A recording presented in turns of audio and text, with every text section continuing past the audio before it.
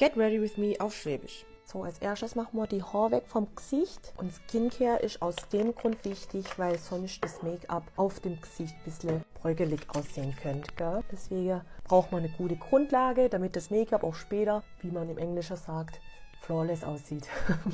Sonnencreme darf natürlich auch nicht fehlen, egal ob sonnig ist oder nicht.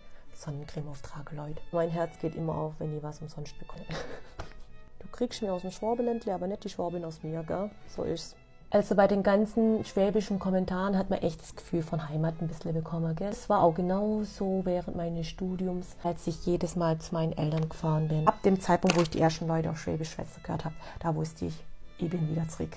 Also ich habe auch oft in den Kommentaren gelesen, der ist doch schön, oder? Wie auch immer. Ich habe oft gelesen, dass viele Leute ganz überrascht waren, weil anscheinend das Gesicht mit Dialekt nicht so übereinstimmt. Excuse me? Eyeliner. Ich habe den Eyeliner vergessen. Da benutze ich heute einen von Essence. Essence ist ganz günstig.